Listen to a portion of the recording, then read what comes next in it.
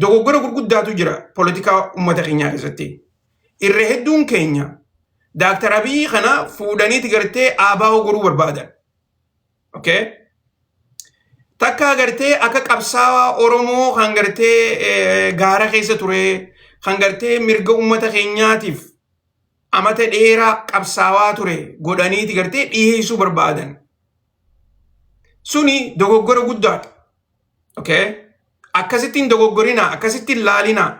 Anamma kana hogguun isinii himu akka gartee nama jidduu taa'ee gartee jidduurraa himuu danda'uti. Okay? Bika gartee yaada lachuutu wal cinaa qabee madaaluu danda'u tokko jechuudha. Yaada gartee inni irraa haasoo jirus yaada gartee obboleeyyan keenya warri gartee dhugatti qabsoo bilisummaadhaa barbaadu. Takkaa gartee inumaatu gartee mootummaan tuni mootummaa gartee uummata Oromootii miti jedhanii gartee hogguu yaadan haasoonni isaan irraa dhufu yaadni isaanii kun hundinuu bu'urri isaa gartee naaf gala. Okay? Kanammoo jidduu taa'ee gartee hogguun yaada gara lachuutu laalu akka gartee walqixxummaan takka jiraattu irratti akka hubannuun barbaada. Hubannaan teenya gartee bika gaarii irraa haa dhuftudha. Okay? So Dr. Abiy gartee as deemee hogguu gartee miidiyaa irratti as ba'ee afaan Oromootiinis haasa'u kana wanni inni himaa jiru waan Itoophiyaa irraa himaa jira malee waan uummata Oromooti irraa himaa hin jiru. Okay? Qaceelotti adda baafadha. Hogguun akkana isiniin jiru. Uummanni Oromoodhaa Itoophiyaa keessa ni jira, ni jira. Warri gartee mootummaa Itoophiyaa keessatti qooda adda addaa gaggeessaa turan uummata Oromootiif miti. Mootummaa Itoophiyaatiif malee. Sistema yeroo saniitiif malee. Okay? Hin dogoggorina kanarratti. Abiyyi gartee akka gartee warri gaafa san qabsoo gaggeessaa turan san uummata Oromootiif qabsaawaa turan godheeti isini gurguruu barbaada. Soba san. San fudhataman qabu nuti irraan dhageenyu san. Yoo fedhe gartee warra Oromoo Itoophiyaatti haa himu. Oromoon Itoophiyaadha san ni dhageessi. Okay? Tanaafiin isiniin jaa gartee dheengaddallee barbaadu qorraasoo yootiin ture waa'ee goobanaadhaan yaadattanii miti.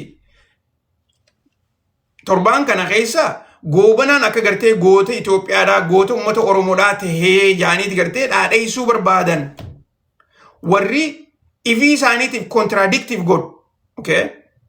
Hin ta'u akkasan goobanaan Oromoodhaaf hin qabsooyne Oromoo irratti qabsaa'e malee. Goobanaan sistema saniif qabsaa'e. Dhiironni dhagayaa jirtanii. Dursa akka isin dhagayaa jirtanii gartee baruu barbaada. Yoo dhagayaa karaa jiraatan taate waan hin jechaa jiru kun gartee akka isin gubbaarra hin dabarree barbaada. Akka gartee qalbiidhaan dhageessan.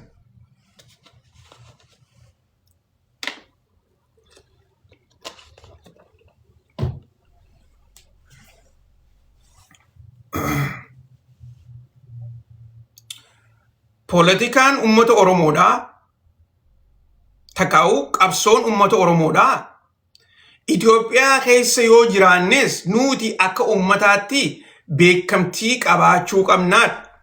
Akka uummataatti dhageettii qabaachuu qabnaadha. Akka uummataatti mirgi keenya haa eegamuudha. Okay? Qabsoon ganamaa hogguu jaamtu akka gartee reefun tana Prime Minister jijjiiruu sanitti qabsoo gartee ganamaa tan gartee qabsoo Itoophiyaatti jijjiiruu san dogoggora. Qabsoon ganamaa hogguu jaamtu qabsoo bu'uura ABO jechuudha.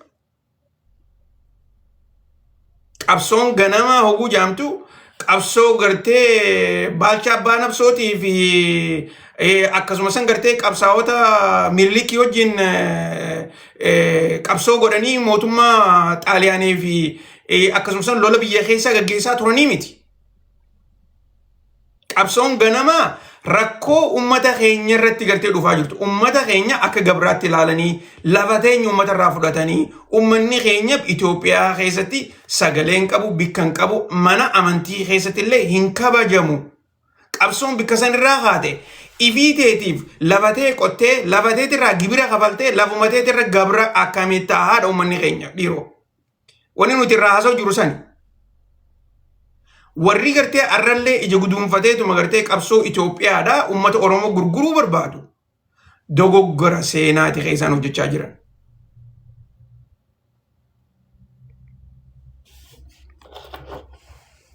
Prime Minister Jaan qareebuun tanaa gartee wanni inni haasawaa jiru. Ani isinii mee bara interview tanoo warri mana kana keessa jirtan waa interview tana guututti isiniin himneen durso ani interview tana way laalee beeka arrantana gadhiisaniimi waa interview tana isinii himeen jiru interviewun tuni akka jirtutti prime minister jechi guututti haasa'u ta'a gaazexeessichi taa'ee fuula keessa eegaa gaaffii gaafachuuf hin taa'u takka agartee gaaffii takka lama gaafata saniini gartee sa'a takkaa ol prime ministerichi haasa'u ta'an isiniin jee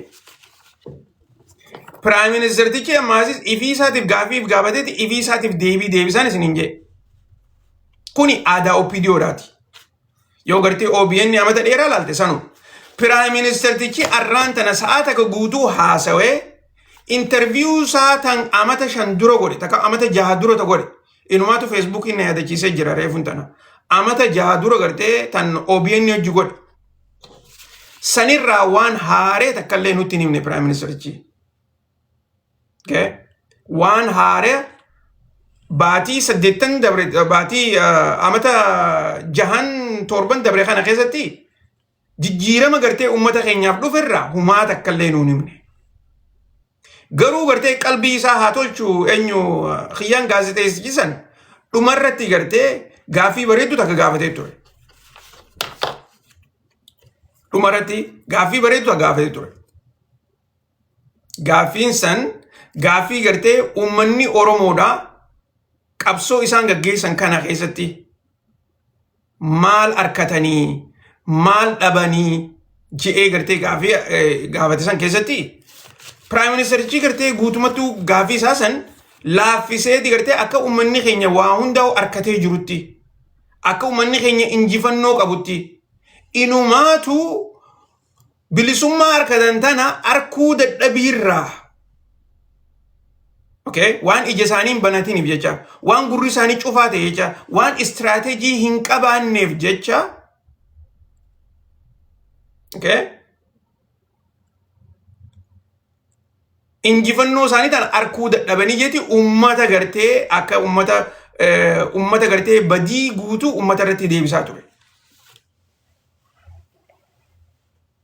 hogguun gartee politikaanonni Itoophiyaadhaa ka Oromoos haa ta'u kan fedhe haa ta'u ka Itoophiyaas haa ta'u ka Oromoos haa ta'u warri gartee maqaa Oromootiin qabsoo gaggeessine juus haa ta'u jee isin himeetiin jira yeroo hundaa'u waan ummanni barbaadu hin hojjetan waan ifii isaaniitiif barbaadan san hojjetan kan ummanni gartee gaafiin teenya hin deebine wanni nuti hojjechaa jirruuf tana wanni nuti gartee isin jala caa jirruuf tana tanarra nuti xiyyeeffadhaa gujaani isaan kan hin dhagayan prime ministerichi inumaatu gartee gaaffii san silaa akka addaatti deebisuu irra ture akkaataan addaa kan inni itti deebisuu irra ture dursoo takka gartee akkaataan qabsoo tana keessattuu gartee jijjiirama ummata keenyaaf dhufe kana nuti akka gartee isaaniif ifa ta'utti itti himaa hin jirru yoo jee silaa waan gaariidha dhaabbanni keenyaa fi mootummaan teenya ummata ifi dhiheessaa hin jirru okay ummanni istiraatejii addaa qaba waan nuti hojjenne kana arkutti hin jiru arkuu hin danda'u hogguu jette ati khadhaamsa kana sila ummata dabarsu jiru takka gartee ummanni akkasii arku ha barbaadu atuu ummataaf himutti hin jirtu jechuu atuu dhaamsa gayaa ummatatti gartee dabarsutti hin jirtu jechuu si galtee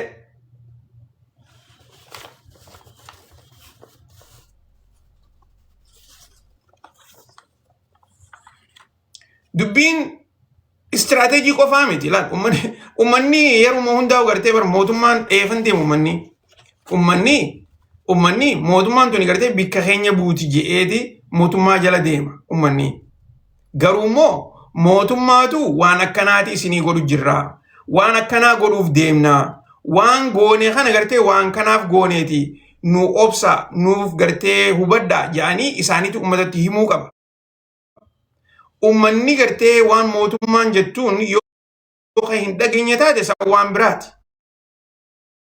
garuu immoo nuti ummataan hojjechuutti jirra waan nuti hojjechuu jirru kun waan isin barbaaddan jettee itti himaa hin jirtu jechuudha kanaaf gartee hogguu dubbannu an maan isin hin jee prime ministerichi kuni silaa gartee yeroo takka takka beekaatuma gartee afaan Oromootiin ummata guututti gartee ibsa isaa dabarsuu qabaan isin jechaa ture. Afaan Amaaraa qofaa miti.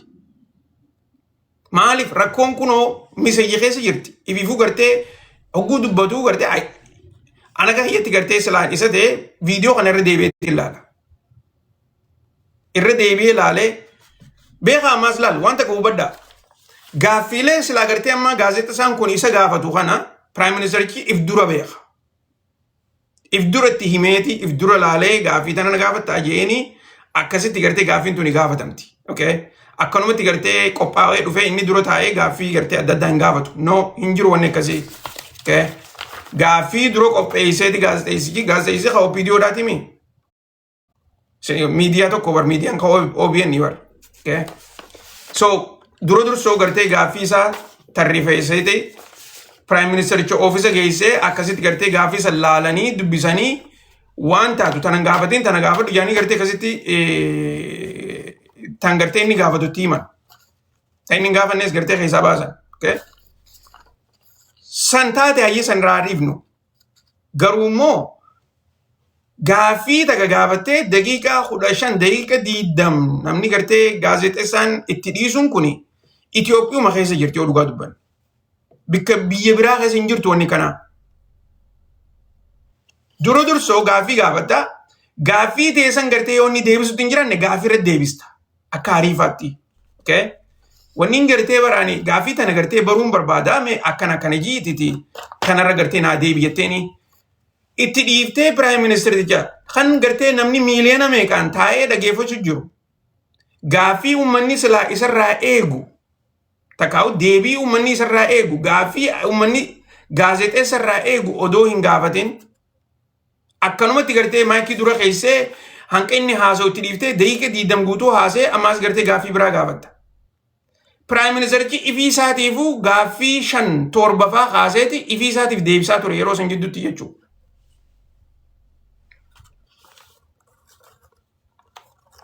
Akkamitti gartee tuni ammaan tana gaaffii fi deebii takkaa'u gartee af gaaffii jetteeti akkasitti yaamuun taate hin taatu.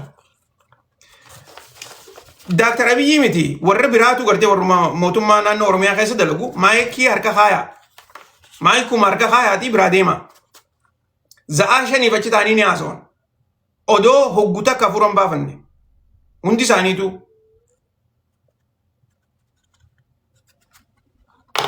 Yeroon akkasiisan dabartee jirti. Yeroon akkasiisan silaa ammaan tana gartee Prime Ministerichiinis gartee inninis gaazexeessisiinis jala taa'ee karaa irratti deebisaa inninis gartee deebii deebisaa tan gartee uummanni baruu barbaadu tan biitii baruu barbaadu ta gartee ikoonomii isaa taatu waa'ee nageenyaa amma waa'ee nageenyaa irraa dubbatanii obboleessu sa'aata akka olii kana haasawan ni ilaalaa usaa meeqa haasawanii mee na eegaa kutakka hankuma isaan haasawanuun gartee baruu barbaada.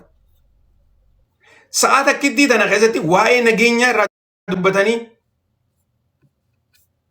gaaffiin takka illee hin kaane waa'ee nageenyaatirraa.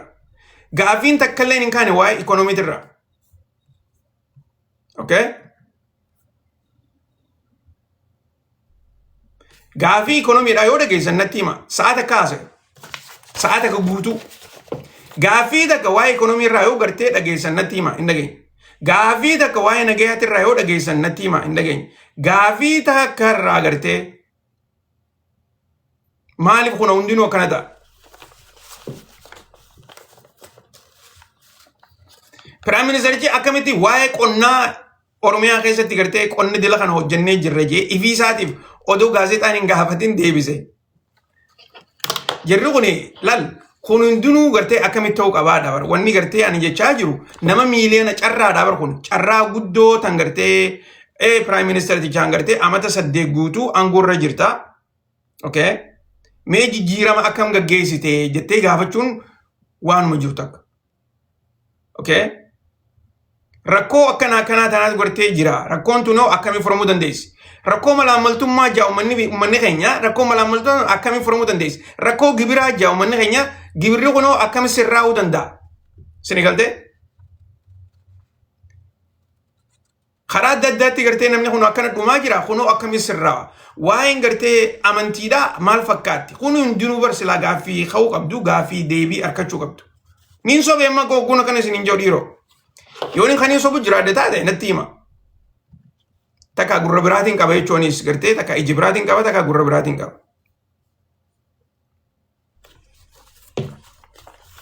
Deemtee saata akkatti tana keessatti gaaffii yoo xiqqaattee fi gaaffii 100 gaafachuu ni dandeessa saata akka keessatti. Namni akkana taa'ee gartee kan qalbiidhaan dhageeffachaa jiru hundinuu waanuma gartee gaaffii 3 tan gartee silaa'uu gaaffiilee kana tana maal jaaniin ni beektanii gaaffii gartee guu gaazexaan akkasii gaafatu saaft bool jaaniin. Saaft booliin gaaffii gartee gaaffii hin taane takka gartee gaaffii isa kana gartee karaa TV'tti dhiyeessuudhaaf ati gaafattu jechuudha. Saaft booliidhaan illee yoo eegalte rakkoodhaa miti. Amma fakkeenyaaf wanta kaan isiniin waan takka gartee laal. Waan ajaa'iba isinii ta'urraa guddina Oromiyaadhaatii fi jijjiirama Oromiyaa keessatti dhiyaachaa jiru Piraayim Ministeertichi ifiif gaafateeti ifiif deebise. Keessattuu baajeta naannoo Oromiyaadhaa odoo nuti aangoo irratti hin dhufin takka gartee amata nuti dursoo aangoo irra dhufne jee gaafa jijjiiramaa san baajenni naannoo Oromiyaadhaa biiliyoona 54 jee. Okay? Amma immoo amata kana gartee amata baranaa kana takka amata marra dabarre kana jechuudha. Baajenni naannoo Oromiyaadhaa meeqa ta'e ni beektanii? Doolaara biiliyoona 800 fi 768 ol. Maali birrii doolaaraa miti gaa. Birrii. Okay? Amma laalgaa Piraayim Ministeerichi amma waan kana gartee akka guddinaa godheeti himaa jira. Good. Okay? Garuu immoo kana keessatti infileeshina gartee akka malee guddaadhaa hin kaafne. Maallaqa Itoophiyaadhaa akka malee kufee hin kaafne. Okay? Kana keessatti bar wanni takka taati gaafachuu qabdu. Okay. Doolaara qarshii gartee biiliyoona 54 jettee amata 7 dura amata 8 dura qarshii biiliyoona 54 jechuun yeroo sanitti doolaarri tokko qarshii meeqa ture? Arrahoo doolaarri takka qarshii meeqa? Isin galtee arra doolaarri takka eessa jira isinuu ni beektan. Kuni jechuun baajeta Oromiyaatu gartee guddate jechuudha miti. Dhugaa baajenni Oromiyaadhaa xiqqoo guddatee jira. Okay? Garuu immoo dila gartee akka nuti kunoo baajeta Oromiyaadhaa akkanatti doolaara birrii gartee biiliyoona 700 ol kaafnee jirra ja'anii gartee silaa irraa gammadanii miti. Tana jidduu ummanni keenya birriin gartee waa ni bittii fi ummanni keenya hojjetee nyaachuu jira. Yoo dur gartee gaafatti PLFsan hoggu takka nyaatanii bulan arra hoggu lama nyaachuu ni danda'anii.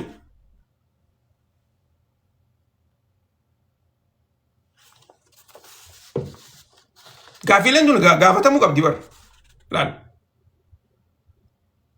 Ani wani nan jechu jiru gaazexeessichi gartee gaaffii jajjabduu gaafachuu hin qabu. Maaliif akka inni gartee hojii isaa dhabuus hin barbaannu. Maaliif ifiifuu gartee wantaaf hojjeta. Inni nu bilisiginnaadhaa mire gaazexeessaanis bilisiginnaadhaa beekaa. Okay? Tana gartee hin irraanfatina. Bilisiginnaa ta'uu qabda hojii gartee miidiyaa irraa hojjechuudhaa fi garuu immoo gaaffii gartee silaa hariifata gartee tan namninis gartee irraa baru waan haaree irraa dhaga'u gaafachuutu irra ture. Okay? Akkasuma sanitti Piraayim Ministeerichiin illee gartee qophaa'ee gaaffiilee akkasii san deebisuutu irra ture. Yoo gartee inni laayina keessaa illee qabuu taate suutatti gartee laayina keessa deebista. Gaaffii kanaa tana gartee nu deebisi. Gaaffii akkasii sun nu deebisi jettee ni jechuudha. Kabajumaan ka'a. Isin gartee hardi boolii taphachuu qaba jechuutti hin jiru. Tanaafin isin hin jee bardeen tokkoon isin himu ansilaa gartee isa dura taa'ee gaaffii kan hin gaafadhu taate gaaffiilee akkanaa tanan hin gaafadhaan isin hin jee. Gaaffiileen ani silaa dhiyeessu san akka gartee warri Piraayim Ministeericha oofisa isaa akkas dalagu Indisan, natti indisan. No, gaafii kana tana gaafachuun qabdu tun hin taatu naan jaan. Mee gaafii teessirra isii qottu naan jaan malee gaafii tuni gartee no hin taatu yaaniitu mana dhoorkan. Okay?